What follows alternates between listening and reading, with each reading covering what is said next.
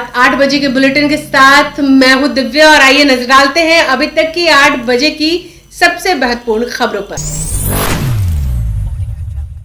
नमस्कार, मैं हूं दिव्या और आप देख रहे हैं आंखें न्यूज 24। बिहार में अब से अल्पसंख्यक कल्याण विभाग में 1076 पद पर बहाली होगी। नीतीश कुमार की ये सोच का नतीजा है। तेलंगाना राज्य में आवासीय विद्यालय अल्पसंख्यक समाज के बच्चों के लिए बिहार में नीतीश कुमार की सोच के कारण बिहार जिले में अल्पसंख्यक आवासीय विद्यालय खोला जा रहा है।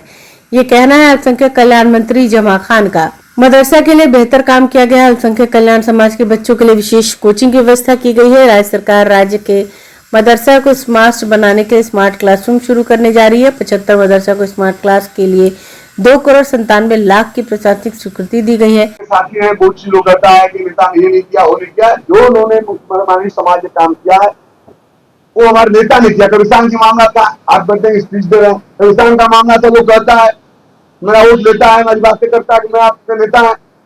कब्रिस्तान का मामला था, 5 बोले 40 थी, हर जगह तो होता था, लड़ाइयां होती थी, झगड़े होते थे, लेकिन जो हमारे नेता ने नेतृत्व यहाँ का संभाला, सबसे पहले कब्रिस्तान की घेराबंदी की फोकस किया। तो 9,000 से ऊपर घेराबंदी करने का हमारे नेता ने किया। ये बात तो मैं बताऊंगा ही आपसे, मैं आपसे बताना चाहता हूँ कि नेता नीतीश कुमार के बराबर मानवीय समाज के लिए हर कदम बढ़ाने का काम किया जिससे कि हमें फायदा हो। मदरसों में 5 क्लास कराने की बात,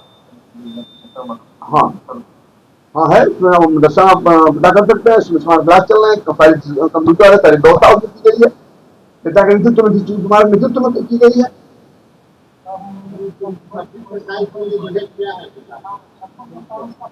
नहीं दिया गया है।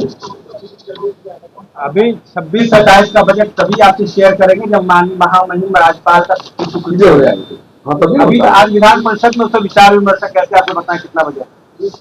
नहीं, एक जो बताना चाहता हूँ, हमारे समाज के बच्चियों को जो तलाक की बात होती थी, जो आपको जानकारी है, हमारे नेता ने अध्ययन किया, सरकार बनने के बाद नेता ने किया है, जो 25 से बहाली का काम किया। 2 तलाकशुदा बच्चियां हो जाती थी, प्रॉब्लम होता था, 25 साल देने का हमारे नेता ने काम किया। 25 साल मिलेगा जो काम करेगा, तो हमेशा उन्होंने मानवीय समाज के बच्चियों के लिए, समाज के लिए फोकस किया है। कभी आप देखे हो, कभी चुनाव की बात नहीं करते, कभी हार की बात नहीं करते हमसे, हमारे समाज से कहते हैं आप काम करो, कहीं कुछ दिक्कत तो बताओ। तो हमेशा नीतीश कुमार जी इस समाज के लिए, मानवीय समाज में चिंतित रहते हैं। बहुत सारे स्टेट आप देखे होंगे, हमारा भी स्टेट आप देख लीजिए, काम चल रहा है। कल हमारे बीच में, हमारे मीडिया साथी स्कूल में, कल हमारे बीच में केंद्रीय मंत्री आए हुए थे, जनाब किरण रिजिजू साहब, वो तारीफ कर रहे थे। हर स्टेट के कई स्टेट के लोग मिनिस्टर आया हुआ था।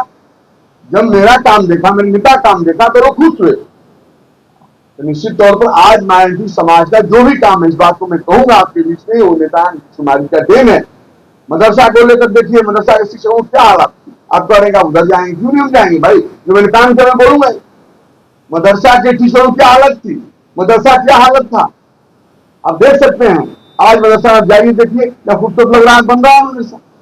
निश्चित तौर पर ये मैं आपको विश्वास देना चाहता हूँ, आपके माध्यम से प्रदेश को, देश को बताना चाहता हूँ, नेता ने जो काम किया है, और हम सबको निर्देशित करते रहते हैं कि आप अच्छे काम करो। हम लोग काम भी करते हैं, हमारे पदाधिकारी बैठे हुए तमाम लोग हैं, मैं उनको धन्यवाद देना चाहता हूँ।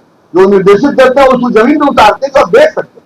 जो पेपर में ऐसा नहीं है, पेपर में लिखा हुआ है, आप एक भी पूछ नहीं जाते। तो हम लोग सारी चीजें आपके बीच में दे दिया हूँ। मैं इतना जरूर कहूंगा, मैं भी समाज में कहना चाहता हूँ, जो नेता ने काम किया है, जो नेता हम सबके लिए कर रहे हैं, हम सब भी बच्चों को पढ़ाने का काम करें, हॉस्टल की व्यवस्था, पढ़ने की व्यवस्था, हॉस्टल में जो भी आज जो भी कंप्यूटर सिस्टम, सारे सिस्टम, लाइब्रेरी सिस्टम, सारे सिस्टम है, खाने की व्यवस्था, हर महीने में फायदे देते हैं कि प्रॉब्लम ना हो। मैंने बता दिया, पहले बताया था, आज भी कह रहा हूँ, हमारे सेक्रेटरी साहब लगे हुए हैं, वक्फ बोर्ड की जमीन पे चिन्हित करें, जहाँ अतिक्रमण होगा उसको मुक्त कराएंगे। आप लोगों ने जो अपनी बात कही है, भारत सरकार ने उम्मीद एक्ट पारित किया, आपको जब पता होगा, और उम्मीद एक्ट पिछले साल कोर्ट में आ गया। अब कोई भी जमीन तब तक वक्त पे नहीं चल सकती है जब तक कि जिलाधिकारी की जांच इस पर नहीं हो जाती। इसलिए जो पुरानी जमीनें हैं, वो जमीन वक्फ बोर्ड के लिए नया पोर्टल बना है, आपको जानकारी होगी, और उस पोर्टल पर दोबारा जमीन चढ़ाई गई है।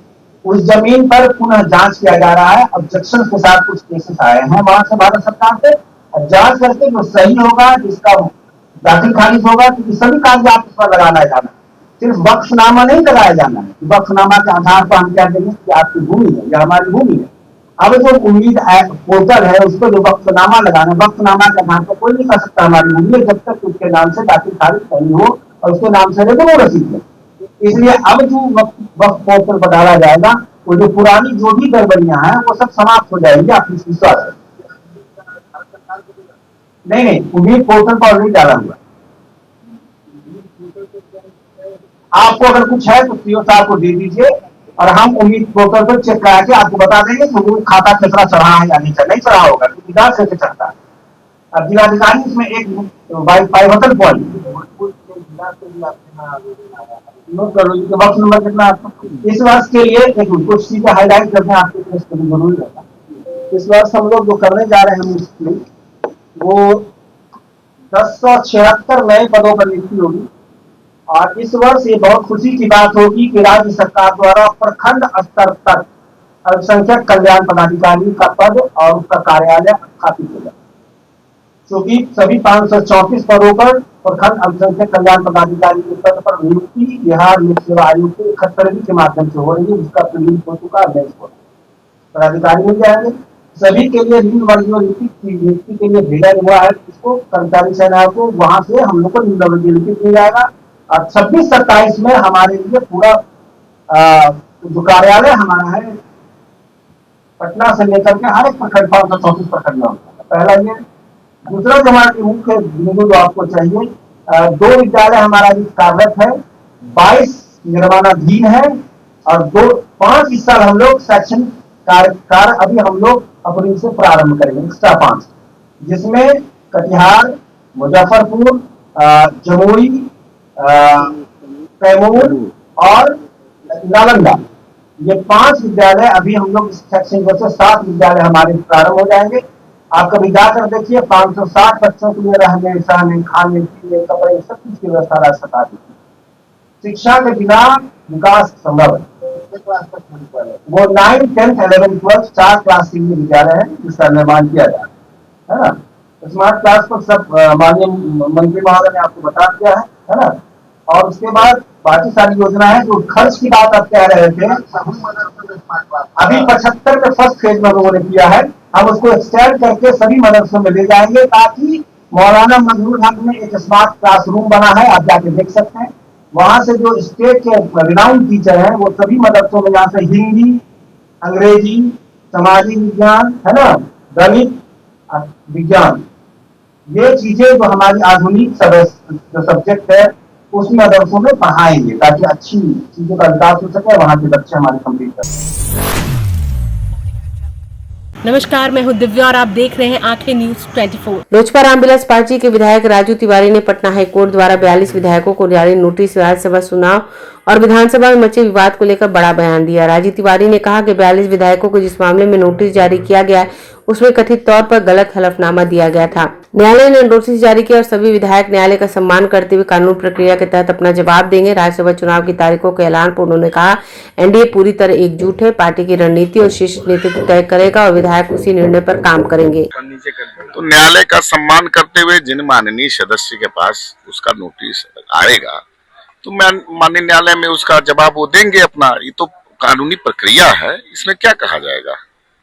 राज्यसभा चुनाव को लेकर तारीख का ऐलान हो गया है। राजू जी, आपकी पार्टी की क्या रणनीति है इसको लेकर? हमारी पार्टी की रणनीति और हमारे नेता की रणनीति ही ऐसी है कि जो निर्णय हमारे नेता लेंगे उसमें उस पे हम लोग काम करेंगे और एनडीए घटक दल एकजुट है। सभी नेता बैठ करके निर्णय ले लेंगे कौन हमारे उम्मीदवार होंगे। आप लोग समर्थन करेंगे एनडीए के अन्य समय आने देखिए एनडीए एकजुट है, एनडीए एकजुट है। अब एनडीए घटक दल के नेता हमारे नेता आदरणीय चिराग पासवान जी क्या निर्णय लेते हैं उस पर पार्टी का निर्णय होता है, उसमें पार्टी के विधायक उस निर्णय पे चलने का काम करेंगे। फिल्म आई है यादव जी की लव स्टोरी, पहले पढ़नी जी हुई, क्या लगता है कि अब फिल्मों में भी जातिवाद होने लगा? नहीं, तो हमको लगता है कि बिहार में गृह मंत्री जी भोजपुरी के अश्लील गानों पर भी कुछ प्रतिबंध लगा है और ऐसे ऐसे जातिगत बातों पर कोई भी हो किसी को भी जाति पर बात करने का अधिकार नहीं है। तो इस पे जरूर हमारे गृह मंत्री जी बिहार सरकार इस पे जरूर कार्रवाई करने का काम करेगी। बिहार में इसको इस फिल्म को बैन करेंगे? एकदम होना चाहिए। देखिए, किसी भी जाति को लगा करके किसी को भी बोलने का अधिकार संविधान नहीं देता है। 1 मिनट विलम्ब हुआ, मैट्रिक परीक्षा में छात्रा को प्रवेश करने की अनुमति नहीं दी गई और परिणाम यह हुआ कि छात्रा ने सुसाइड कर लिया। बहुत दुख। क्या लगता है कि इस तरह के नियम 1 मिनट 2 मिनट अगर कोई छात्रा विलम्ब हो रहे हैं तो उन्हें प्रवेश मिलना चाहिए? देखिए, दुखद है, लेकिन परीक्षा में समय से पहुंचना चाहिए और ये बहुत दुखद घटना है।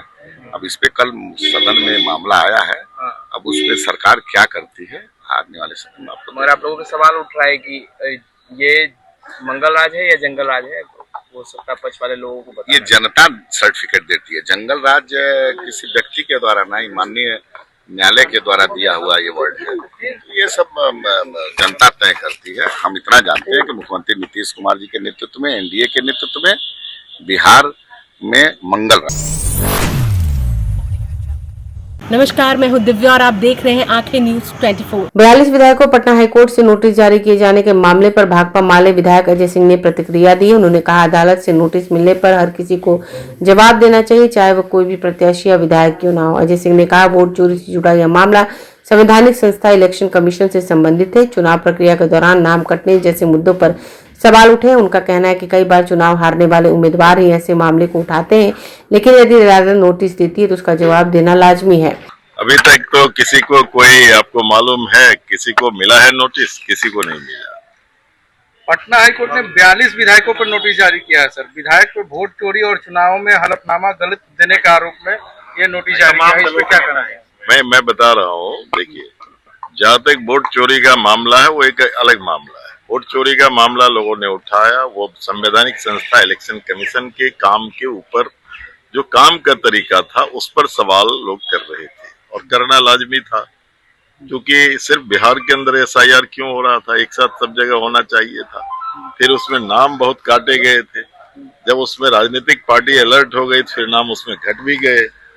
तो इसीलिए उस सवाल को उठाना, अपने जगह पर जो हार गए हैं वो उठा रहे हैं। दूसरी बात हम कह रहे हैं कि रिट पिटीशन कोई आज फाइल थोड़े हुआ है। इलेक्शन रिट पिटीशन तो सब दिन होते रहता है।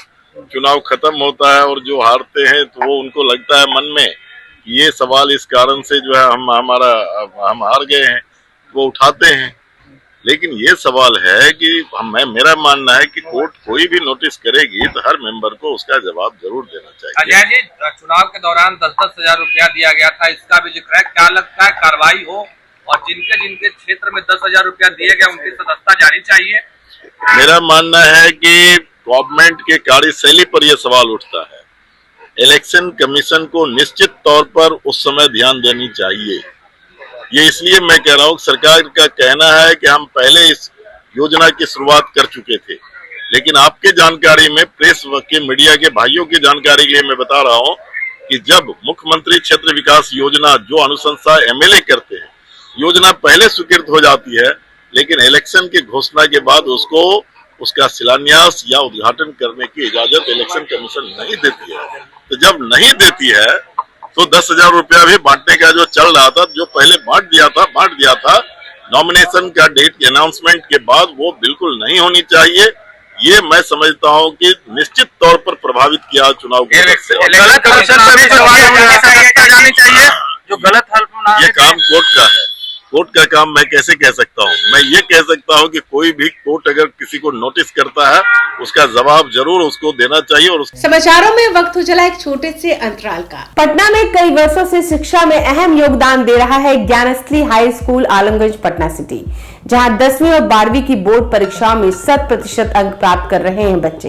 एक ऐसा स्कूल जहां न केवल होती है पढ़ाई, बल्कि साथ ही साथ होती है कल्चरल एक्टिविटी, स्पोर्ट्स एक्टिविटी से जुड़े गेम्स, मैथ ओलंपियाड से लेकर साइंस ओलंपियाड, जहां बच्चों के लिए स्कूल कैंपस अत्याधुनिक सुविधाओं से लैस, छोटे बच्चों के लिए वाहन और ट्रांसपोर्ट की विशेष सुविधा। तो देर किस बात की, आज ही कराएं अपना नामांकन Gyansthali high school Alamganj Patna city में, जहां नामांकन की प्रक्रिया जारी है। संपर्क करें पुलिस चौकी Alamganj main road near Alamganj थाना पटना बिहार 800007। ब्रेक के बाद आपका फिर से स्वागत है।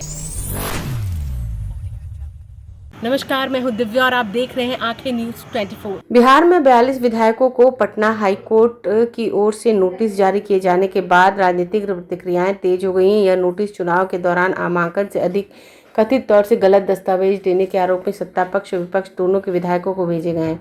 इस मामले पर प्रतिक्रिया देते हुए राष्ट्रीय जनता दल के विधायक रणविजय साहू ने कहा कि यह पूरी तरह से माननीय न्यायालय का विषय है। जिससे भी नोटिस मिला है वो सभी सम्मानित सदस्य हैं और न्यायालय में अपना पक्ष रखेंगे।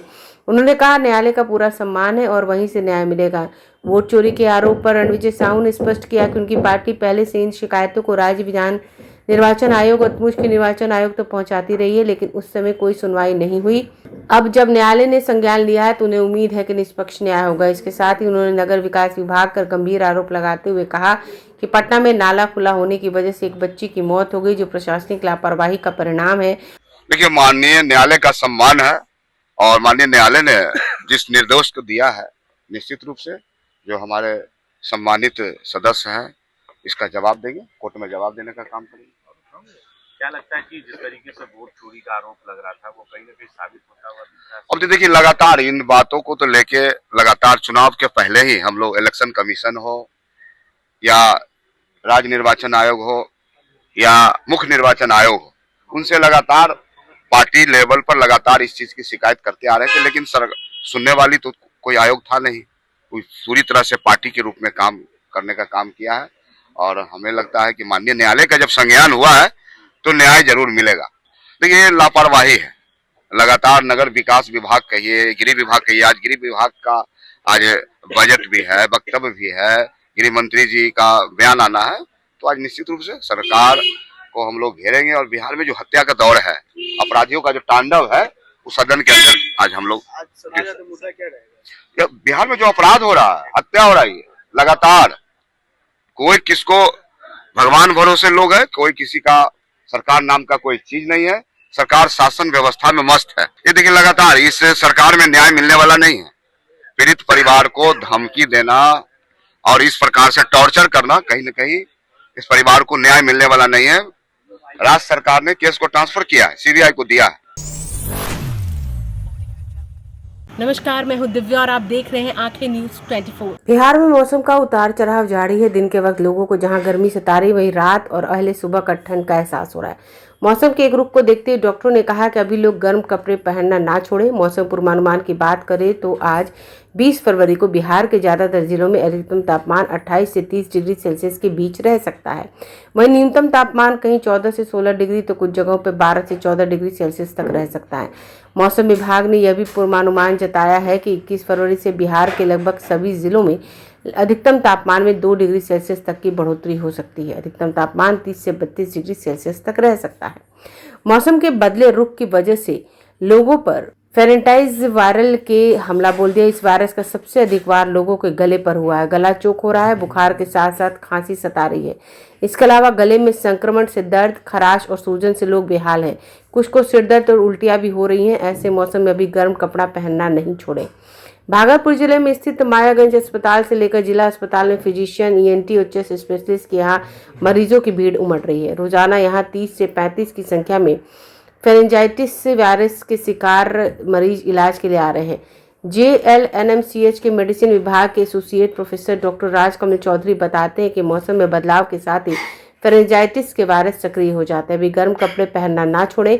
वरीय फिजिशियन डॉक्टर विनय कुमार झा कहते हैं कि अभी सर्दियों वाली सावधानी बरतना जरूरी है। सुबह शाम अधिक ध्यान रखें।